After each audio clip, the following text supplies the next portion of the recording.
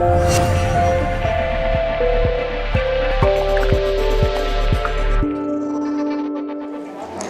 vamos a retomar el taller donde lo dejamos ayer para entrar en la parte ya en el tramo final, que conforme al esquema que tenéis delante hoy vamos a hablar de la acción, que es importante. Es decir, en el sendero que vamos recorriendo vamos dando los pasitos con esa mirada vertical, con esa nariz vertical, con esa mirada horizontal, con la serie de cosas que hemos estado viendo. Vamos intentando calmarnos emocional, mentalmente, etcétera. Desarrollamos la mente abstracta, Antakarana, cómo va llegando una serie de cosas a nuestra vida gracias a esa apertura de Antakarana. Hablamos del discernimiento, de la intuición, etcétera. Y entre las cosas que van a llegar gracias al discernimiento es la confianza. Vamos a tener cada vez una mayor paz y una mayor confianza. Y ahí se plantea un tema que es muy importante, ¿no? Que es acción o no acción. Y vamos a hablar sobre ello. No obstante, antes hay personas que las preguntas me las hacen por los pasillos, entre comillas. Y con mucho gusto voy a atender 4 que tengo y que son muy variadas.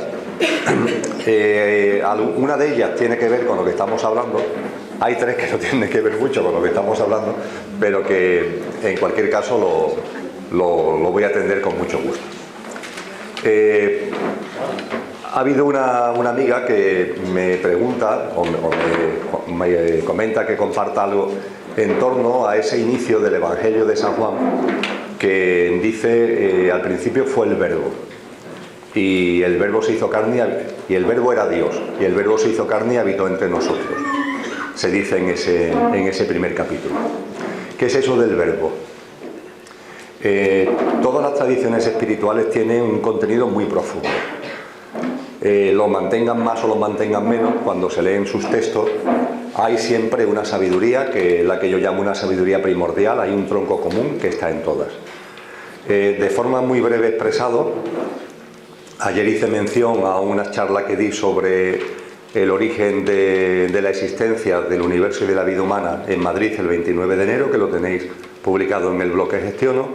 Igualmente una conferencia que di en Barcelona el pasado mes de septiembre, donde esto que voy a comentar es de las cosas que, además del espíritu, la materia, etcétera, se aborda con detenimiento. Pero en cualquier caso se puede describir de una forma fácil, yo creo que de la siguiente forma. Hay una obra de Elena Blavatsky que no es tan conocida como La doctrina secreta. La doctrina secreta es su obra emblemática, por decirlo de alguna forma, y La doctrina secreta es una obra muy larga, de varios tomos. Es una joya, pero es una obra larga. Sin embargo, no es la última obra de Blavatsky. Es verdad que es una de las últimas, pero no la última. La última que Elena Blavatsky escribió tiene como título La voz del silencio. La voz del silencio. Y es una obra muy cortita, pero de una enorme intensidad. Es una obra muy mística, por decirlo de alguna forma. Y yo me quiero quedar en el simple hecho del título, La voz del silencio. Lo que las tradiciones espirituales nos han transmitido es que hay algo que no se puede ni siquiera denominar algo, que más que ser es no ser, en el entendimiento de que nuestra mente no le puede dar ningún tipo de etiqueta de lo que llamamos existencia. Existiendo está más allá de la existencia, que siempre ha sido, siempre es y siempre será. San Juan de la Cruz, en un poema que escribe, él dice al principio, en un estado de alta contemplación, San Juan de la Cruz, acerca de eso, que ni siquiera es eso, de algo que siempre ha existido, existe y existirá, aunque no se le pueda denominar algo.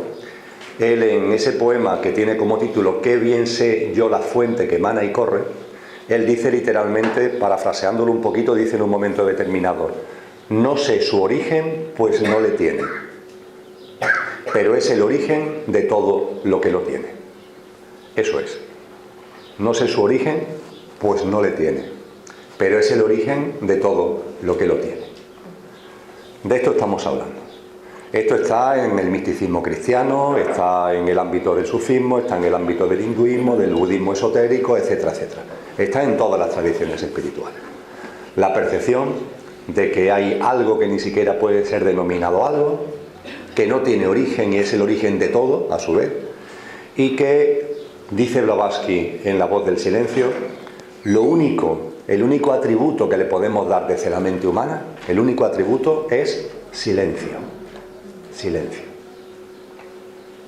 Quizás es ese silencio que algunas personas en elevados estados de meditación, en estados místicos, dicen que perciben. Porque a su vez ese silencio, como es el origen de todo, también tiene que estar presente en todo de alguna manera. Silencio, silencio. En teosofía, a ese silencio se le llama lo inmanifestado. Y el término inmanifestado quiere decir que no hay nada que se manifieste, no hay, lo que decía antes, no se le puede comparar, ni asimilar, ni definir como algo, como una cosa, como otra. Está más allá de la existencia e incluso se habla del no ser con relación a él. También hay autores que se acercan a eso con el término vacío. Pero quizás el término vacío tampoco sea completo. Habría que ir más allá incluso. Yo en alguna ocasión lo he llamado la nadeidad, que es una palabra que no existe, pero que mezcla la nada con la divinidad, ¿no? La nadeidad. Silencio en cualquier caso. Quietud. Y como es el origen de todo lo que origen tiene, quiere decir que en esa nada, en ese vacío, no siendo nada, está todo, porque todo surge de ahí.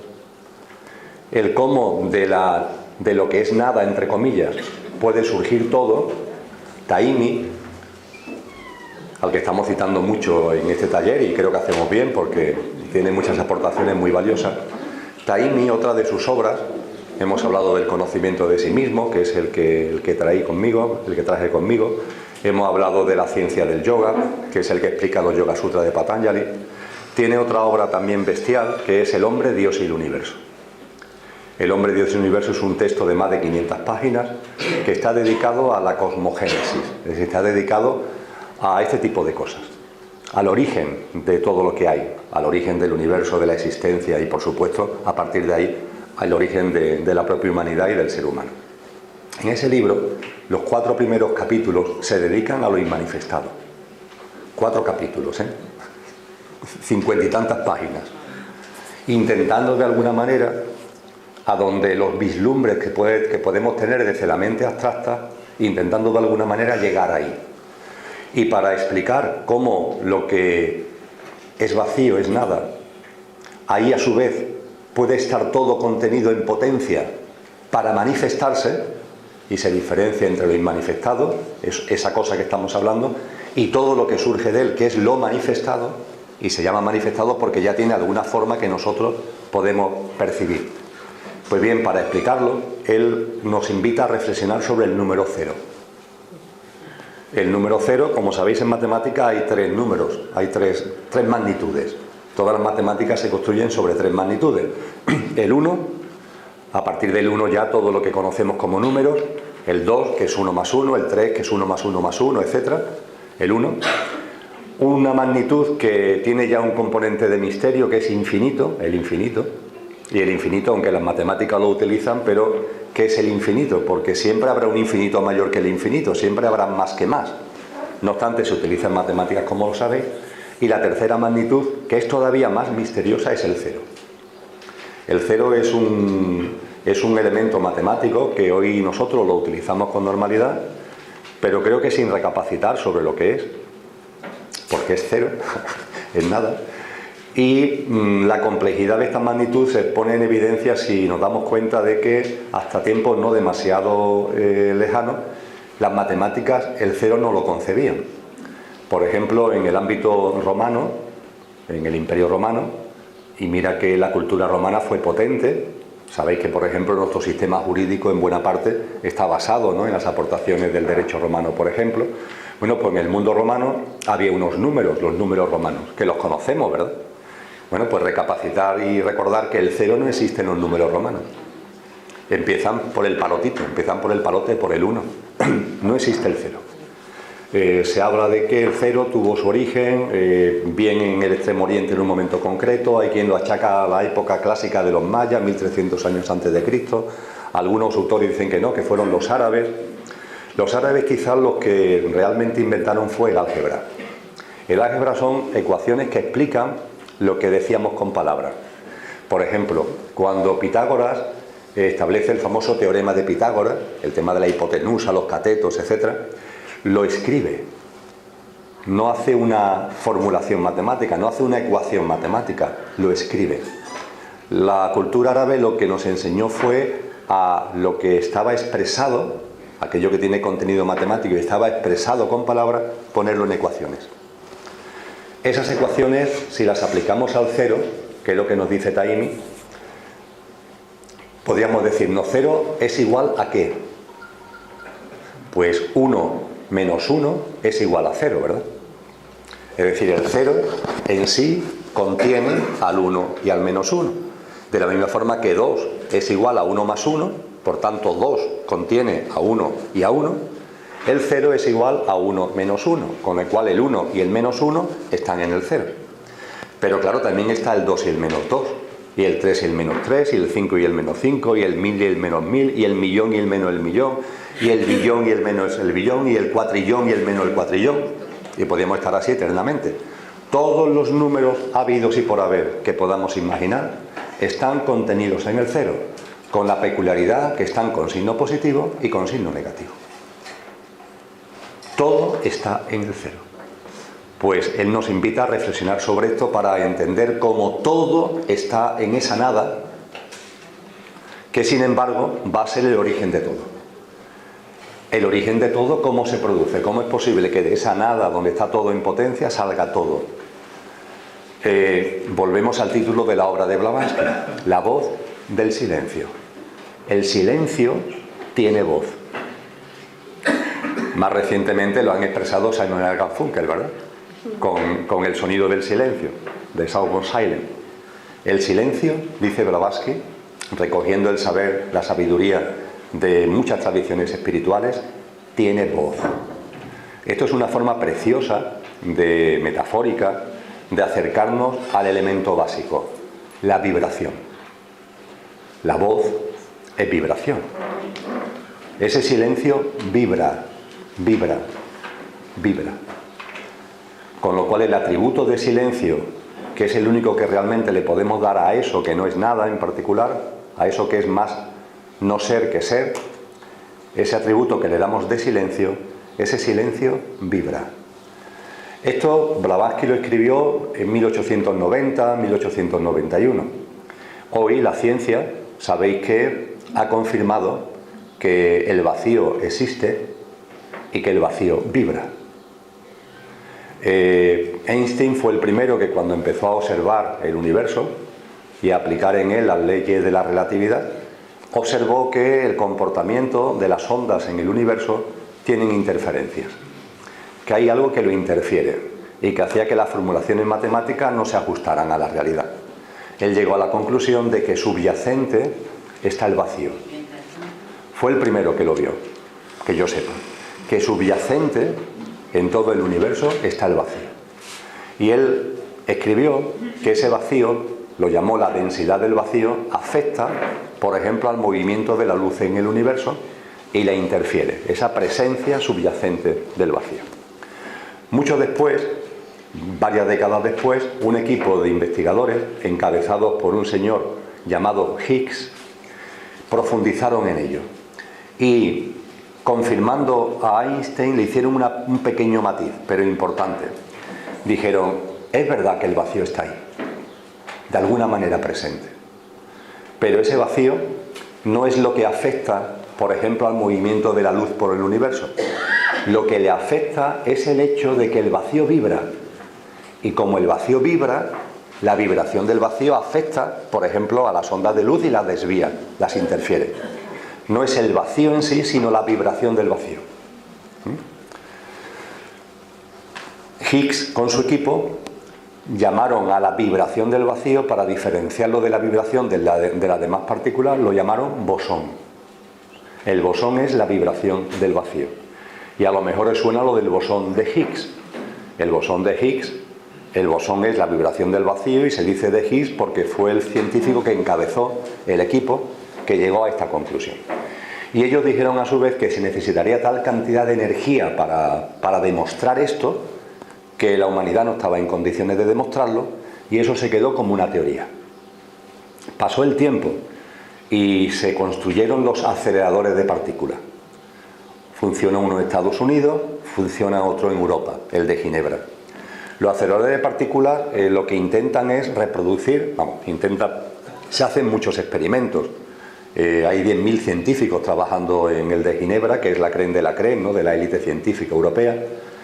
Y en los aceleradores de partículas lo que se intenta, entre otras cosas, el experimento fundamental es reproducir el Big Bang. La ciencia está ahí con la idea de que todo procede de algo, de lo que todo surge. Y claro, como todavía le cuesta trabajo entender esto que comenta Blavatsky, que viene de la noche de los tiempos, hablan todavía del Big Bang. Llegará un momento en el que den un pasito más, que ya está dado por la humanidad, y la ciencia se está acercando enormemente a esto, y comprenderán que eso del Big Bang no es así. Pero en cualquier caso, ellos intentan reproducir el Big Bang, el momento de una enorme concentración que de lo que viene una explosión, y lo intentan reproducir con los aceleradores de partículas. Son unos conductos donde tú lanzas una partícula por aquí y lanzas otra partícula por aquí para que se choquen, con dos singularidades. Los conductos están sellados al vacío para que las partículas en su movimiento no tengan interferencia y puedan chocar, no se desvíen, con lo cual si se desvían pues no chocarían. Y la segunda peculiaridad es que van teniendo una velocidad creciente, se lanza a mucha velocidad y van adquiriendo más velocidad, y se intenta que cuando choquen tengan una velocidad lo más cercana posible a la de la luz. No será la velocidad de la luz, pero sí lo más cercana posible a lo de la luz. Y el choque de esas partículas en ese vacío y a una velocidad tan alta, ese choque, ellos creen que puede servirnos de pista a lo que fue el Big Bang. Y esto tiene, o puede tener, si se consigue, puede tener implicaciones teóricas, de física, pero también aplicaciones prácticas en muchas cosas de nuestro día a día. Y es por lo que hay corporaciones que están invirtiendo mucho dinero, esperando sacar de ahí una serie de descubrimientos que le permitan después comercializar lo que esos descubrimientos hagan posible.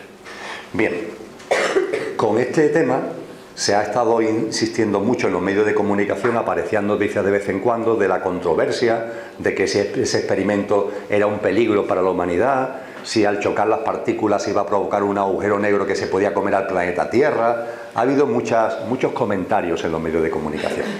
Lo cierto es que no se ha conseguido. Después de intentarlo un montón de veces, las partículas nunca chocan. Nunca chocan. Se ha reproducido el experimento y se han confirmado los parámetros multitud de veces.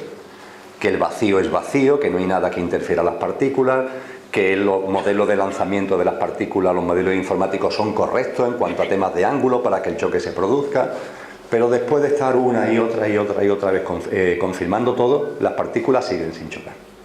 Eso hizo que el 2 y el 3 de julio del año 2012, los dos aceleradores de partículas, europeo y el estadounidense, hicieran una rueda de prensa donde dijeron que, primero, no conseguían que chocaran las partículas, y segundo, que la razón por la que no conseguían que las partículas chocaran es porque ese vacío que hay en los conductos efectivamente vibra, y esa vibración es tan absolutamente pura que no pueden medirla, y por tanto cuando lanzan las partículas, como no saben la desviación que va a provocar esa vibración, no consiguen que las partículas choquen. Con lo que confirmaron que la nada es algo, que el vacío existe y que el vacío vibra, que es precisamente lo que Higgs con su equipo habían dicho en el año 1964, 50 años antes. Debido a ello, me vais a permitir que, para que atienda es que tengo un montón de preguntas, entonces me vais a permitir que, es que como... Solamente una puntualización para que quiera saber más sobre el vacío. Sí. Me imagino que conocerán a Nassim Haramein. Claro. Nassim Haramein. Este hombre se ha dedicado a estudiar el vacío, teóricamente. Y hay una fórmula.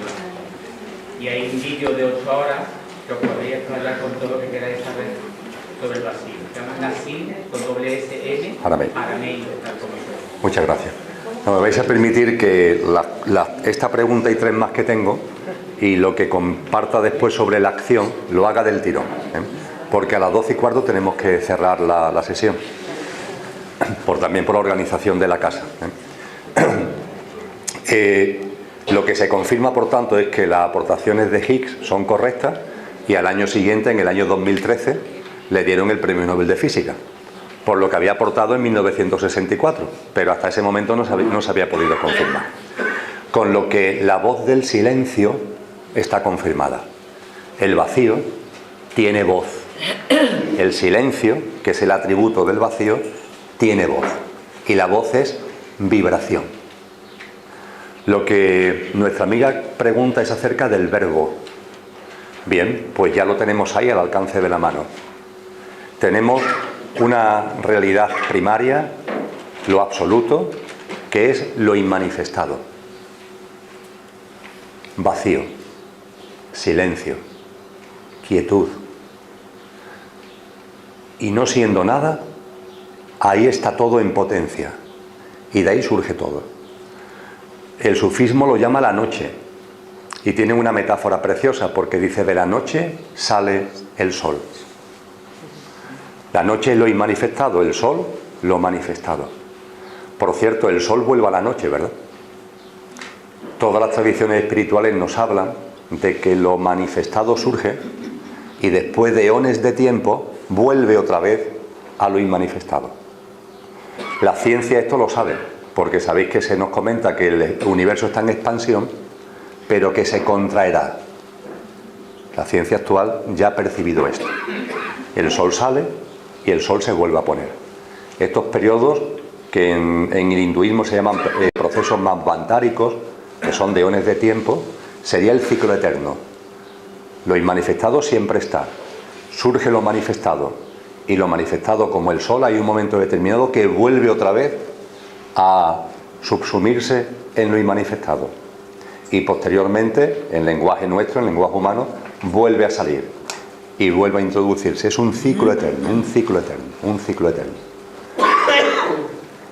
Cuando tenemos lo inmanifestado y tenemos lo manifestado, estamos viendo que lo inmanifestado, siendo vacío, vibra. Esa vibración es la causa, es la herramienta, es el instrumento, es el interfaz, por decirlo de alguna manera, por el que lo manifestado surge de lo inmanifestado. En el ámbito oriental se le llama la emanación. A esa vibración se le llama la emanación. En el ámbito de la teosofía de Blavatsky se le llama la radiación. Da igual. Es la emanación de lo absoluto. Y esa emanación de lo inmanifestado no es una creación, es una emanación. La voz que yo estoy ahora lanzando no es una creación, es mi voz. Es mi voz, no la estoy creando. Todas las personas, decíamos ayer, vibramos. Esa vibración que todos tenemos somos nosotros mismos, no es una creación, es mi vibración. Aquí estamos hablando de esto, estamos hablando de lo inmanifestado que vibra. Y esa vibración, aunque ya podemos decir que forma parte de lo manifestado, porque ya al ser vibración, de alguna manera lo podemos percibir, sin embargo, intrínsecamente forma parte de lo absoluto. Es por lo que el Hijo de Dios, en esoterismo cristiano, el Hijo de Dios, como dice Cristo Jesús, yo y el Padre somos uno, porque no hay una diferenciación. Esa vibración es la vibración del vacío, y en esencia es la vibración de lo inmanifestado, y en esencia no es una creación, es una emanación, de la misma forma que la voz está emanando de mí, la vibración está emanando de mí.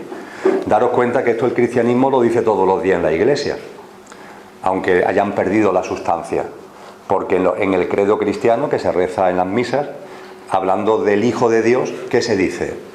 Engendrado, no creado. Engendrado, no creado. porque no es una creación en sentido estricto, es algo engendrado, emanado, irradiado. Para entender el verbo finalmente, si tenemos una realidad inmanifestada que es vacío, que empieza a manifestarse a través de una vibración, tenemos vacío y tenemos vibración. ¿Qué sucede por nuestra experiencia cotidiana?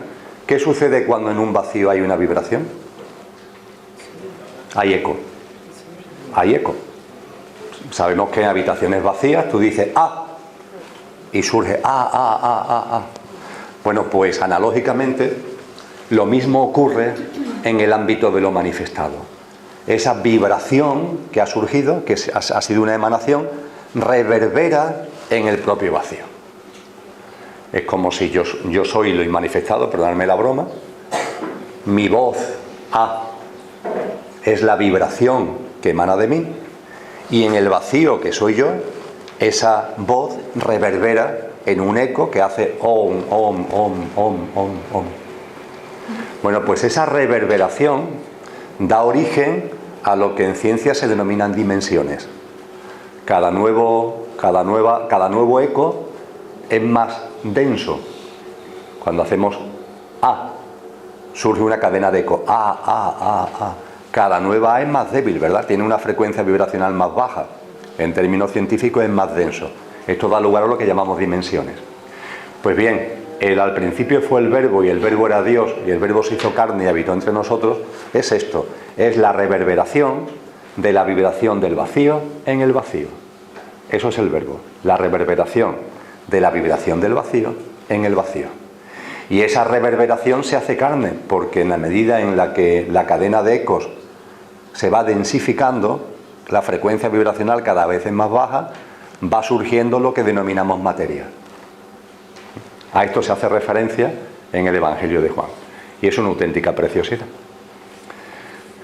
También me habéis preguntado acerca de las familias sálmicas.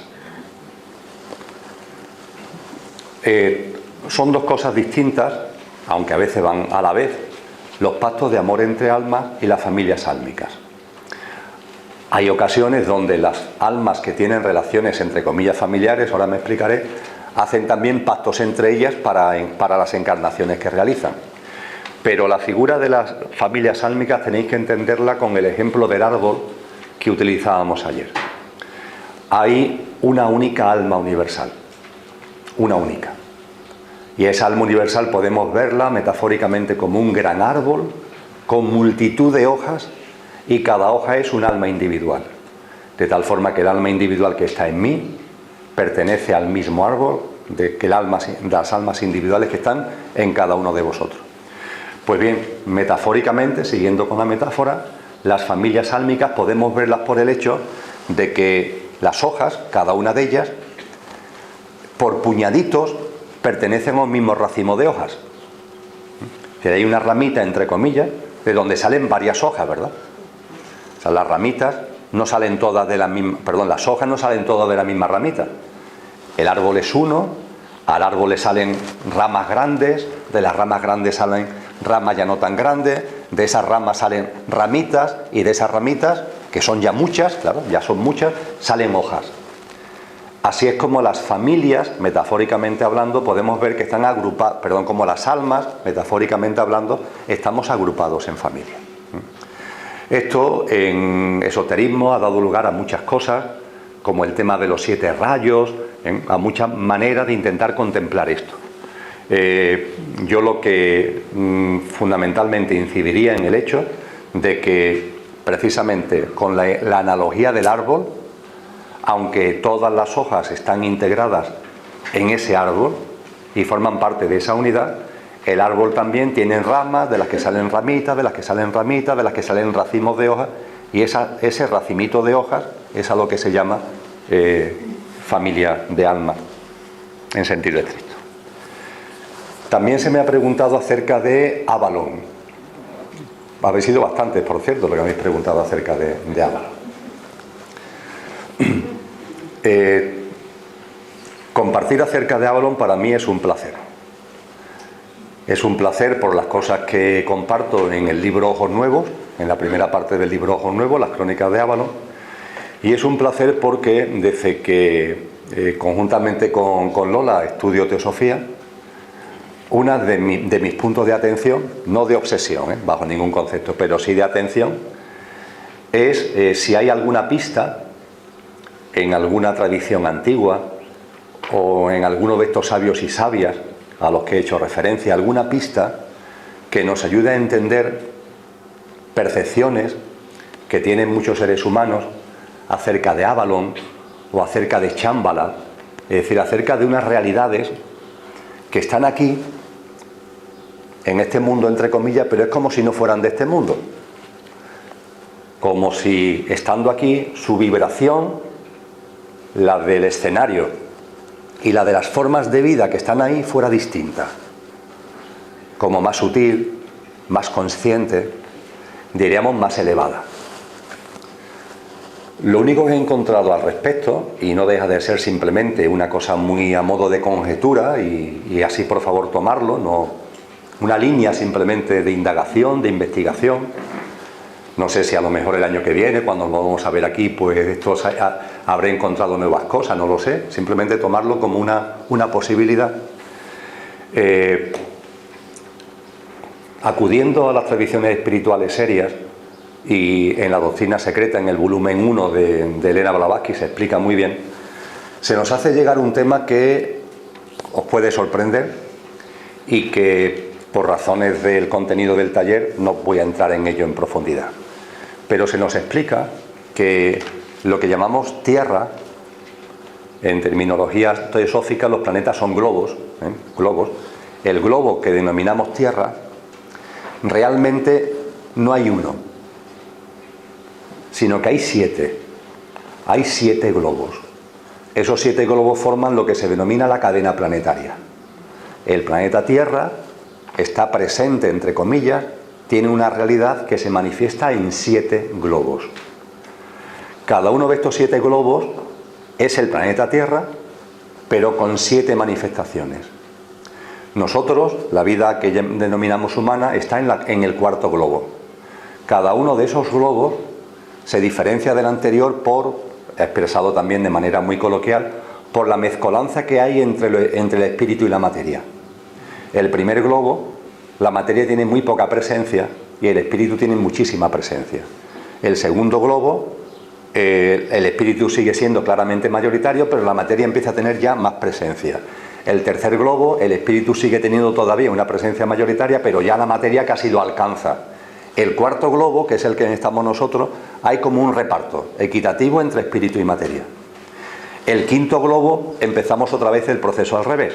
Otra vez el espíritu empieza a tener más presencia que la materia, en el quinto más, y en el sexto más y en el séptimo más. Con lo que esto se representa como, sabéis que en matemática esto es la curva de Gauss, pues se representa como una curva de Gauss a la inversa. El 1, el 2, el 3, el 4, que diríamos que es el más denso, el quinto, el sexto y el séptimo. Y nuestras dimensiones álmicas tienen que pasar por todos. De hecho, hay dimensiones álmicas que han pertenecido a la humanidad, pero que ya están en otro globo, aunque sigan estando con nosotros. Cuando hemos hablado de estos sabios y sabias, por ejemplo, se nos comenta que Buda pertenece al séptimo globo, que Platón puede ser ya una forma álmica del sexto globo. Cuando empiezas a ver esta línea de globos, la cuestión que nos podemos plantear es si hay algún tipo de interrelación entre ellos. Estando nosotros en el cuarto, ¿es posible que desde el cuarto veamos los otros? La contestación es no. De hecho, esto no solamente le pasa al planeta Tierra, le pasa a todos los planetas. Le pasa a Venus, le pasa a Marte, le pasa a Saturno. Entonces, si nosotros estamos viviendo en el cuarto globo terráqueo, solo vemos el cuarto Saturno, el cuarto Marte, el cuarto Venus. Vemos el que nos corresponde. Pero vamos a centrarnos en la cadena planetaria. ¿Es posible que nosotros veamos los otros globos de la cadena planetaria? La contestación es no. Pero eso no quita que a lo mejor, y esa es la línea simplemente que someto a vuestra consideración como una línea simplemente de posibilidad, a lo mejor hay algún tipo excepcional de conexión. A lo mejor, de alguna manera, en algunas circunstancias muy específicas, el quinto globo, que tiene una sutilidad mayor que el nuestro, de alguna forma se hace presente aquí.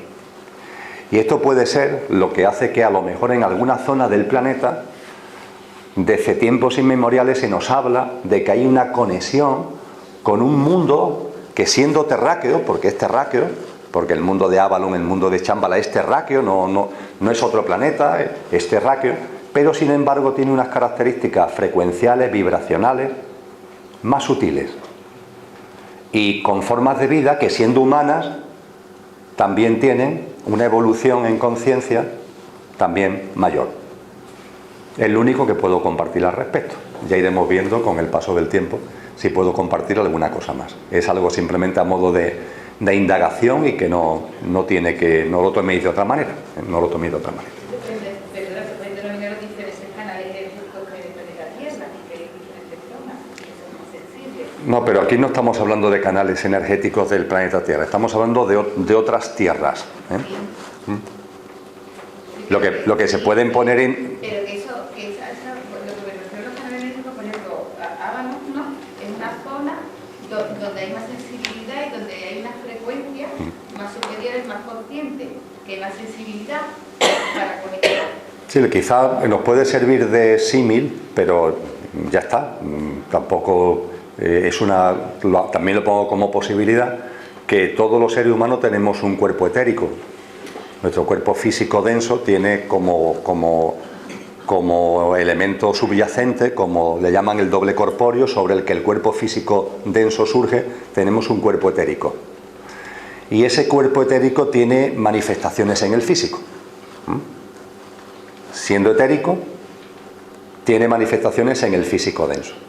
Manifestaciones que, por ejemplo, a propósito de esos canales energéticos, en el cuerpo físico denso se puede poner de manifiesto en el funcionamiento de los chakras. Entonces puede ser que haya algo parecido. Y lo programas que tú hablas, la conciencia, el libro de conciencia sería lo mismo, ¿no? Que bueno, todos tenemos dentro ese al final, está todo conectado. Es lo que puedo compartir acerca del tema de Avalon. Y por fin, la cuarta y última cuestión sí tiene ya más que ver con lo que venimos hablando en este taller, y nos sirve de punto de arranque para retomar el contenido del taller. Y es importante porque son muchas las cosas que estamos compartiendo, y aunque tenemos muchas horas, estamos abordándolo con detenimiento, pero también quedan muchas cosas en el tintero. Hemos hablado de mente concreta y hemos hablado de mente abstracta. Hemos insistido que cada una tiene su funcionalidad, que la mente concreta no es que sea mala, sino que sirve para lo que sirve, y la abstracta sirve para lo que sirve. De hecho, en la medida en que vayamos utilizando la abstracta, la concreta va a ser necesaria al servicio de la abstracta. Es decir, que no se trata de rechazar nada, porque todo tiene su sitio y tiene su función. Hemos compartido con relación a la mente concreta que la mente concreta deberíamos tranquilizarla por la cantidad de movimientos, de modificaciones, de turbulencias que tiene, pero que a su vez deberíamos sacarle más jugo para aquello que sirve. Precisamente al estar tan loca, entre comillas, al tenerla tan loca a la pobre, no le sacamos suficiente jugo para las cosas que sirven. Y para sacarle suficiente jugo para lo que sirve, la práctica del aquí y ahora, la práctica de la atención, la práctica de la concentración es muy necesaria. La práctica que conocemos como meditación es una práctica potente para desarrollar la mente abstracta. Pero a su vez, lo que denominamos meditación es un proceso, es un camino al que hay que ir llegando, pasando por unos pasos previos que curiosamente sirven para poner en su sitio y para sacarle más jugo a la mente concreta. Esto en los Yoga Sutras se explica perfectamente y nos hace recapacitar acerca del hecho de que para que vosotros y yo en algún momento podamos realmente meditar, podamos realmente tener la mente callada, para que en algún momento de nuestra cadena de vidas podamos experienciar lo que en el ámbito oriental se llama samadhi, que a lo mejor tiene que ver con el éxtasis cristiano, con las meditaciones de alta contemplación de los que nos habla San Juan de la Cruz, para que en algún momento podamos adentrarnos en samadhi. Samadhi es la desaparición de cualquier tipo de presencia de la mente. En los Yoga Sutras se dice que samadhi es la desaparición de la autopresencia de la mente. Esa mente que cuando queremos estar en silencio siempre está ahí, autopresente. Si eso desaparece, eso es samadhi. Claro, como decíamos al principio, la mente es el interfaz entre la consciencia y la materia. Lo decíamos el viernes por la tarde. Si esa mente, su autopresencia ya no está, estamos en un estado en donde lo que brilla puro es la conciencia. Conciencia pura. Eso también es samadhi. Y esto cuando lo leemos nos encanta, o nos puede encantar, nos encanta mucho, y hay mucha gente que quiere llegar a ese estado de meditación. Perfecto. Está muy bien que tengamos ese hambre y que tengamos ese entusiasmo, pero debemos recordar que para llegar en algún momento a ese estado de meditación, en esta vida o en otras, es necesario seguir un camino, es necesario un proceso. Un proceso que por otra parte está lleno de sentido común. Y ese proceso va también a ayudarnos a tranquilizar la mente concreta y a sacarle más partido a la mente concreta. Porque ese proceso tiene una serie de pasos. El primero, atención. La atención, la práctica de la atención. Es imposible que consigamos estados meditativos profundos si antes no somos capaces de vivir nuestra vida cotidiana con atención. Es que esto es lo primero que se despacha. Hay gente que quiere llegar a estados meditativos de no sé qué, pero queda como cualquiera de vosotros a compartir una infusión, un desayuno por la mañana, estamos 15 minutos juntos y en esos 15 minutos esa persona se ha ido del bar 30 veces. No es porque se haya ido físicamente, pero con la mente se ha ido. No es capaz de mantener una conversación contigo. Atento, porque se va. Le mencionan la palabra playa y se ha ido a la playa. Ya empieza a acordarse de la última vez que fue a la playa, de la próxima vez que quiere ir a la playa. Ya está fuera, ya está fuera. Aparentemente está contigo en el bar, pero si miramos a los ojos de nuestro interlocutor, podemos percibir que no está, que aparenta que te está escuchando, pero no me está escuchando, se ha ido. Esto nos pasa a todos. La práctica del aquí y ahora es una práctica, hombre, por favor, estate ahí, no te vayas. El famoso mindfulness, que está más que descrito en los Yoga Sutras, es esto.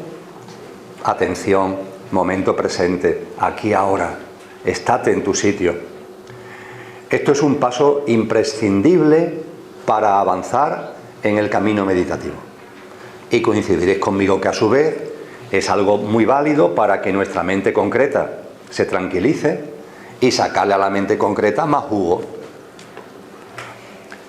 Siguiente paso. Después de la atención se nos habla de la concentración. La concentración es que en tu mente, en tu espacio mental de mente concreta, se sitúe algo, aparezca algo y tu concentración esté en ese algo, no se salga de ahí. A ver si eres capaz de estar, entre comillas, pensando sobre ese asunto, sobre ese tema, sobre lo que sea, pero sobre eso. Que no aparezcan otras cosas. Concéntrate en eso. Si la atención la practicamos en nuestro día a día, nos encontramos con uno, nos encontramos con otro, la atención la podemos practicar en un paseo por una calle donde vivís, seguro que hay alguna calle peatonal, bueno, pues recorrer la calle peatonal, a ver si sois capaces de estar atentos a todo lo que hay en esta calle desde que comenzáis el camino hasta el final, sin iros de la calle, aunque estéis en la calle, mirando a la gente que pasa, los ruidos que hay, el vientecito que pueda haber, los escaparates, los movimientos, a ver si sois capaces, eso es. La concentración la podemos practicar en casa. Guardamos silencio, respiramos conscientemente y venga, voy a concentrarme en torno a algo, me voy a concentrar en algo, en lo que queráis, me voy a concentrar en algo. La persona que me preguntaba acerca de esto dice, es que a mí me gusta centrarme a lo mejor en un tema que tengo en mi vida, en alguno de los asuntos que tengo en mi vida, me gustaría concentrarme en eso. Perfecto, eso es práctica de concentración, concéntrate en eso. Es perfecto, es una práctica de concentración. Como si te quieres concentrar en tu canción favorita. Pones el CD y pones tu canción favorita, 3 minutos y medio. Venga, concéntrate y escucha esa canción tuya, que es la favorita. No hemos quedado que es la favorita, es la que más te gusta. Pues escúchala y dura 3 minutos y medio. A ver si eres capaz de estar concentrado en la canción desde que comienza hasta que termina. Lo más probable es que no, que siendo tu canción favorita y durando 3 minutos y medio, en algún momento te vas. Te vas en el sentido que aparece otro pensamiento que no tiene que ver con ese. Esto es la práctica de la concentración. En la práctica de la atención y en la práctica de la concentración se va avanzando, se va avanzando. Es como si atendiendo y concentrándose se fueran subiendo peldaños. Hay un momento determinado en los Yoga Sutras que se nos habla de ya esa atención y esa concentración ya en niveles mucho más superiores, mucho más profundos. Eso es, Lola, lo que se llama es Dana, Dhyana, ¿no? Dharana, Dhyana. Dharana y Dhyana. Dharana, atención, Dhyana, concentración. Lo vamos subiendo de nivel cada vez más por la práctica y después ya efectivamente ya se nos habla de Samadhi. Pero para la inmensa mayoría de nosotros la información sobre el Samadhi está muy bien tenerla, pero tenemos que no autoengañarnos. Lo hemos hablado mucho durante el taller, no te autoengañes. Y ahora mismo donde la mayoría de los seres humanos deberíamos centrar nuestra atención es en estar atentos y desarrollar la concentración, la capacidad de concentración. Esto es el camino hacia la meditación profunda, pero es que además va a tener impacto significativo con relación a la mente concreta. Y en la medida en que vayamos avanzando en este proceso, también va a ser una ayuda para ir desarrollando la mente abstracta. Ese silencio, esa concentración, poco a poco esa meditación cada vez mayor, el hecho de que la mente vaya poco a poco calmándose y la autopresencia vaya desapareciendo, eso va permitiendo que la mente abstracta también vaya adquiriendo más protagonismo, que vaya adquiriendo más presencia y ayuda al desarrollo de la mente abstracta y por tanto también a la apertura y desarrollo de Antakarana con todo lo que ello conlleva. La práctica de la meditación se habla mucho de ella, pero a veces se transmite, como ocurre con el tema de la transformación, que es algo que se puede alcanzar así, en cualquier momento. Y toda la gente que han llegado a estados meditativos profundos, los yogis, por ejemplo, y han compartido con nosotros acerca del proceso, insisten en que es un proceso y que no se va del cero al infinito de la noche a la mañana, sino que es algo que tienes que desarrollar. Y coincidiréis conmigo que es complicado, vamos, imposible que la autopresencia de la mente desaparezca si ni siquiera somos capaces de tener a esa mente educada para que preste atención y sea capaz de concentrarse en un tema. Vamos a educar a la mente ahí, primero ahí, y eso vamos generando el contexto para que esa mente en un momento determinado efectivamente vaya desapareciendo, entre comillas, en cuanto a que deje de tener esa autopresencia omnímoda, omnipotente que actualmente tiene.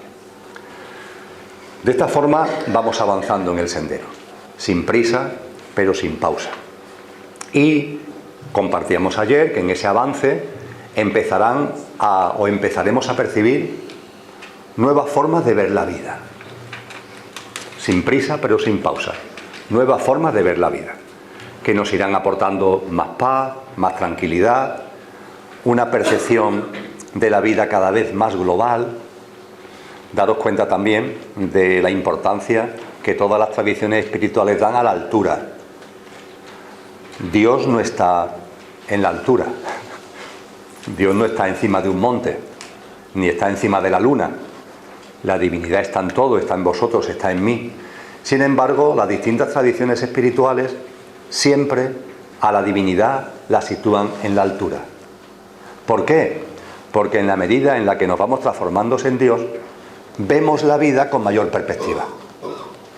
Tenemos mayor perspectiva acerca de la vida. A esto es lo que se hace referencia metafóricamente con la altura, que vas teniendo una perspectiva de la vida más amplia. Lo hemos compartido. Te das cuenta de que la vida no es que te duele la uña del dedo chico del pie izquierdo. Ya vas viendo la vida. Vas teniendo una percepción mucho más amplia, mucho más global. Dice Blavatsky en La voz del silencio, monta en el ave de la vida, monta en el ave de la vida, para tener una percepción más global. Y en la medida en que vamos teniendo una percepción más global, vamos percibiendo que no hay casualidades, vamos percibiendo la cantidad de sincronías que hay, vamos dándonos cuenta que todo tiene su porqué, que todo tiene su para qué, su sentido profundo, vamos teniendo confianza en la vida, la confianza de la que hablamos ayer, con ese diagrama de nuestra vida que podemos comprobar que la puerta que se cerró sirvió para que se abriera otra puerta que abrió otra puerta, y con esa práctica de la ventana que también compartimos ayer. Vamos adquiriendo confianza en la vida. Y esa confianza en la vida nos lleva, que es donde nos quedamos ayer, a la aceptación. Se acepta todo. Esa aceptación es fruto de la confianza. No estoy hablando de la impotencia. La impotencia es cuando te coges de hombro y dices, ¿qué voy a hacer? Si es que no puedo hacer otra cosa que aguantarme. Eso no es aceptación, eso es impotencia. Eso es resignación. La aceptación es confío en la vida y por tanto, si confío en la vida, acepto. Fruto de la confianza. Hay personas que se plantean a alguien muy avanzado espiritualmente, a esos bodhisattvas que pueden estar encarnados entre nosotros, por ejemplo, o alguien muy avanzado espiritualmente, ¿cómo puedo verlo? ¿Cómo puedo percibirlo? Pues mirad, desde luego, nadie avanzado espiritualmente va a decir de sí que esté avanzado espiritualmente. Si alguien dice de sí que está avanzado espiritualmente, es que no está avanzado espiritualmente. Nadie va a decir de sí que, yo qué sé, que es un avatar, que es un maestro que ha venido aquí a darnos la... Si lo es, no lo va a decir. Lo va a hacer con su obra y con su vida, pero no va a de ninguna forma pavonearse o a presentarse, es que yo soy no sé qué, es que yo soy no sé cuánto. No. También creo que es de sentido común el comprender que esto no puede ser así. Con lo que tampoco esperéis que esta gente ni leviten delante nuestra, ni hagan cosas así extraordinarias. ¿Cómo se le puede detectar entonces? Pues en Oriente, en el ámbito oriental, se dice, sí hay una manera de darse cuenta de que estoy ante un maestro o ante una maestra. ¿Cuál? La ausencia de quejas. De la boca de esa persona jamás sale una queja. ¿De qué se va a quejar? Confía plenamente en la vida, acepta plenamente todo lo que ocurre, tiene una percepción global que sabe que no hay casualidades, que todo tiene su porqué y su para qué en su vida, en la vida de los demás, en el mundo, y jamás sale una queja. Es imposible que salga una queja porque comprende, abarca todo y sabe que todo está en su sitio. No hay quejas. Pero claro, nuestra mente concreta todavía está ahí, Y aunque empezamos a tener destellos de confianza en la vida y de aceptación, aunque empezamos a tener esos destellos, aún aparece la duda. Aún aparece la duda. Con relación a la duda, tener en cuenta que hay una duda pasiva y una duda activa. La duda pasiva no nos conduce a ningún sitio. La duda activa, en cambio, la que nos impulsa a hacernos preguntas, la que nos impulsa a indagar, la que nos impulsa a acercarnos a gente, a ver vídeos, a leer libros, esa duda activa es un acicate para el mejor uso de la mente concreta y es un acicate para empezar a desarrollar también la mente abstracta. La duda, entre comillas, está muy mal vista. Cuando en vuestra vida aparezcan dudas, intentar percibir, diferenciar. Si es una duda pasiva, y la duda pasiva no conducen a mucho, lo único que hace es que te aturden, te terminan aturdiendo, Es casi una perturbación mental más que otra cosa, pero hay una duda activa que es cuando, oye, ante cosas que tienes duda empiezas a, no sé, permitirme la medio broma, es el tema de Avalon. Bueno, pues una duda, pero darle activa, que eso te sirva para indagar, para plantearte cosas, para reflexionar sobre. En nuestra vida, aunque empezamos a confiar en la vida, también aparecen dudas.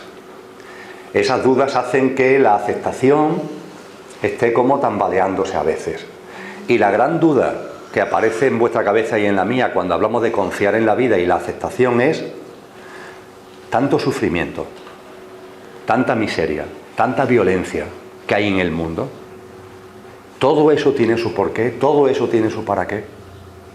Y si yo acepto y confío, ante eso, ¿qué hago? ¿Me estás hablando de que me quede quieto? ¿Me estás hablando de que me quede quieta?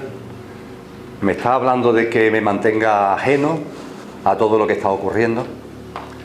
Esto plantea un asunto que en el esquema ya lo dije hace un tiempo, creo que fue ayer, y que ha llegado el momento. ¿Acción o inacción? Y seguro que como duda quizás os la habéis planteado muchos y muchas. ¿Actúo o no actúo? ¿Hasta qué punto tengo que actuar? Insisto que la confianza y la aceptación es como parece una llamada a estarte quieto. Pero hay que estarse quieto cuando hay sufrimiento en tu entorno. Y también tenemos algo dentro que es la compasión. Y esa compasión nos lleva a movilizarnos. Es como si la confianza y la aceptación te llevara a pararte, pero la compasión te llevara a moverte.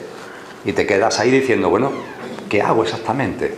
¿Actúo o no actúo? Ya en lo que hemos ido planteando en el taller, la respuesta ya la apunté en el día de ayer. Yo esta duda activa, porque la planteé activamente, como una indagación seria que me ayudó para desarrollarme, esa duda me la planteé. Y cuando me la planteé, lo compartí ayer, hubo algo para mí determinante. Oye, si ha habido hombres y mujeres que han recorrido el sendero, que han practicado la confianza y la aceptación, que han sido maestros y maestras de la confianza y la aceptación, ¿ellos qué han hecho? Ante esta disyuntiva de acción o no acción, ¿ellos qué han hecho? Vamos a analizar un poquito su vida, a ver qué es lo que han hecho. Y la respuesta es contundentísima. Todos estos grandes hombres y mujeres que han practicado la confianza y la aceptación, todos han actuado. Ninguno se ha cruzado de brazos. Ponía el ejemplo ayer de Buda, de Siddhartha Gautama, que es que el tío vive en un palacio, y podía haber seguido en el palacio, pero no, él se sale del palacio y se mete en la calle. Y se mete en la calle por compasión hacia el sufrimiento. Y actúa. Cristo Jesús, también lo compartíamos ayer, siguiendo su trayectoria en los evangelios, es un hiperactivo. Hoy tendría tratamiento psiquiátrico seguro, porque el tío no paraba. Y podíamos seguir la lista. Más recientemente, la Madre Teresa de Calcuta, bueno, esta ni atándola se quedaba quieta. Y cada uno tenemos en nuestra cabeza a hombres y mujeres que sabemos que espiritualmente han avanzado mucho y que no se han caracterizado por quedarse así, como todo está en su sitio. No tengo que hacer nada. Y entonces me retiro ahí al campo y ya está. Entre la inacción y la acción, la respuesta es la acción. Ahora bien, y aquí arranca una parte muy importante. Lo último que vamos a abordar, de hecho. ¿Qué acción? Lo primero que tenemos que recordar es lo primero que se plantea en el esquema. La acción de estos personajes, que está ligado a la confianza y a la aceptación, no es la acción a la que nosotros estamos acostumbrados. No es el ajetreo en el que estamos metidos. Y por supuesto, recuperamos también lo que hemos compartido, es desinteresada, es impersonal y está dedicado a lo supremo. No están buscando nada para ellos de ningún tipo, ni por interés, ni por algo que tenga que ver con su reconocimiento, con su admiración. ni tiene nada que ver con el culto a la velocidad, el ajetreo y el galimatías en el que nosotros nos metemos antes que nos demos cuenta. Es otra acción distinta. Esa acción, fijaros en el esquema, es lo primero que se dice, no tiene nada que ver con los esfuerzos en los que nos metemos nosotros en nuestra vida cotidiana. Es otra cosa.